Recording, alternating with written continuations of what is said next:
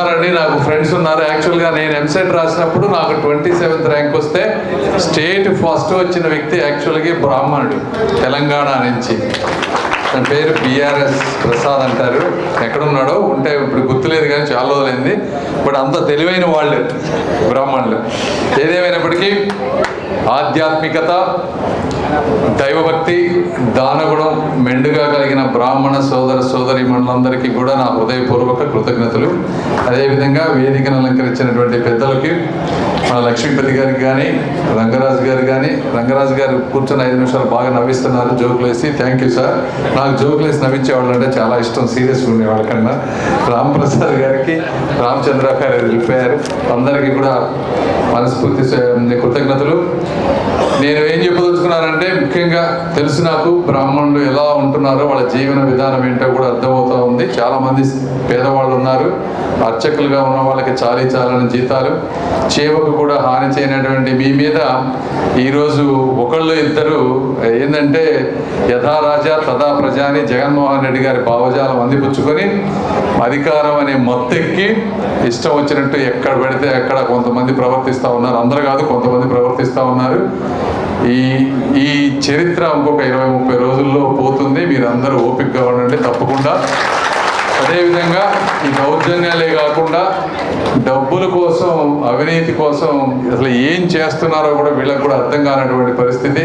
ఇంతకుముందు ఎప్పుడు దేవాలయాల్లో వచ్చేటువంటి ఆ కమిటీలు కానీ, అందులో వచ్చే ఆదాయం మీద ఎవ్వరు దేవుడు అంటే చాలా భయపడేవాళ్ళు, దేవుడిని ముట్టుకోవాలంటే. అలాంటిది దేవాలయాల్లో కూడా ఈరోజు ఎంటర్ అయ్యి అవినీతి, దౌర్జన్యం ఇలాంటి చేసేటువంటి పరిస్థితి వచ్చిందంటే అందుకనే ఇలాంటి మరీ ఇంత పెట్టరేగిపోతున్నారనే మాలాంటి వ్యక్తులు, చదువుకున్న వాళ్ళు ఈరోజు మౌనంగా ఉండకూడదు, రావాలని మేమందరం ఈరోజు రాజకీయాల్లోకి వచ్చాం తప్పించి ఇందులో వేరే ఉద్దేశం ఏమి లేదు మేము రాజకీయాల్లోకి రావడం కోసం. ఇదే కాకుండా ఇలాంటివి దేవాలయాలకు జరిగే వాటి మొత్తాన్ని మేము కాపాడుతాం. ఇప్పుడు బ్రాహ్మణులు అంటే ప్రత్యేకంగా వారు చెప్పారు కొన్ని హామీలు, ఇందులో కొన్ని తెలుగుదేశం పార్టీ లోకేష్ గారు ఇచ్చారని చెప్తా ఉన్నారు. అందులో కొన్ని తప్పకుండా చేయగలిగినవి, అవన్నీ చేయొచ్చు, అదేమి ఇబ్బంది లేదు. ఎందుకంటే బ్రాహ్మణ కార్పొరేషన్ మనం పెట్టిందే మళ్ళీ తీసుకురావచ్చు. దానికి ఎంతమంది 250-300 కోట్లు ఉండేది, ఇంకో 100 crores యాడ్ చేయడం అనేది పెద్ద కష్టమైన పని కాదు. అదేవిధంగా నిరుద్యోగ వృత్తి అనేది కూడా మనం జనరల్గా అనౌన్స్ చేసాం. అందులో వేద విద్యార్థులకు కూడా అది ఈజీగా మనం ఇంప్లిమెంట్ చేయొచ్చు, అది ప్రాబ్లం లేదు. ప్రతి టెంపుల్లో ట్రస్టీ బోర్డుగా ఒక బ్రాహ్మణుల్ని ఇంప్లిమెంట్ చేయడం అనేది దానికి డబ్బు ఖర్చు అవ్వదు, కేవలం విల్ పవర్ ఉండాలి. అది కూడా మనం చేయటంలో ఎటువంటి ఇబ్బంది లేదు. తర్వాత ఇంకా బ్రాహ్మణ భవన్ ఒక డిస్ట్రిక్ట్కి, అది ఖర్చుతో కూడుకున్నది. అది నేను లోకేష్ గారిని, చంద్రబాబు గారి దృష్టికి తీసుకువెళ్తాను. అది నేను గ్యారంటీ చెప్పలేను. నామినేటెడ్ పోస్టులు కార్పొరేషన్, ఎందుకంటే తెలుగుదేశం పార్టీ ఈ మధ్య మనం ఇవ్వలేకపోయాం. అయితే రేపు వచ్చిన వెంటనే యాక్చువల్గా లాస్ట్ టైం కూచిపట్ల ఆయనకి ఇచ్చారు, మా ఎన్ఆర్ఐ ఆయన కాలిఫోర్నియాలో ఉంటారని చెప్పి వారిని తీసుకొచ్చి బాబు గారు బాగా చేశారు, అక్కడి నుంచి వచ్చి చేస్తారని. అదేవిధంగా రేపు వచ్చిన తర్వాత కూడా మంచి వ్యక్తుల్ని 1-2 నామినేటెడ్ పోస్టులు ఇచ్చి మీ అందరికీ ఉద్దేశాలు తెలుసుకొని ఏది అవసరమైతే అవన్నీ చేస్తాం. ఇవాళ ఇంకా కొన్ని చెప్పారు కదా, అవన్నింటిలో కూడా కొన్ని ఖర్చుతో కూడా ఈరోజు రాష్ట్ర బడ్జెట్ ఎలా ఉంది, అప్పులు ఎంత ఉన్నాయి అనేది కూడా తెలియనటువంటి పరిస్థితి. బట్ ఏదేమైనా వచ్చిన తర్వాత 1 by 1 వచ్చే, ఇమీడియట్గా కాకపోయినా 2-3 yearsలో చాలా వరకు వచ్చేటట్టు చేస్తాం. వీటన్నింటిలోకి ముఖ్యమైనది ఇళ్ళు అనేది ప్రతి ఒక్కళ్ళకి, పేదవాళ్ళందరికీ. ఎందుకంటే ఇక్కడ మీ ఒక బ్రాహ్మణులే కాదు, ఏ పేదవాళ్ళకైనా కూడా ఇళ్ళు అనేది కంపల్సరీ.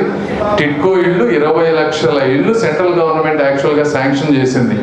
దాంట్లో మనం కనుక స్టేట్ గవర్నమెంట్ కొంత ఫండ్స్ తీసుకోవడం కానీ, లేకపోతే ఇంకా కొంచెం 300 square feet కంటే ఎక్కువ కావాలంటే కొంత కంట్రిబ్యూషన్ కానీ చేస్తే టిడ్కో ఇళ్ళు బ్రహ్మాండంగా చేయొచ్చు మనం. అదేంటంటే చేసిన ఇళ్ళు కూడా మనం ఈరోజు ఇచ్చేటువంటి పరిస్థితి లేదు. జగన్మోహన్ రెడ్డి గారు, మీరు ఎవరైనా చూసారో లేదో తెలియదు కానీ నేను వెళ్ళాను చాలా ప్లేసుల్లో, 1000 ఇళ్ళు అట్లా పడేసి ఉన్నాయన్నమాట. ఎందుకంటే వాటిని పూర్తి చేయలేదు.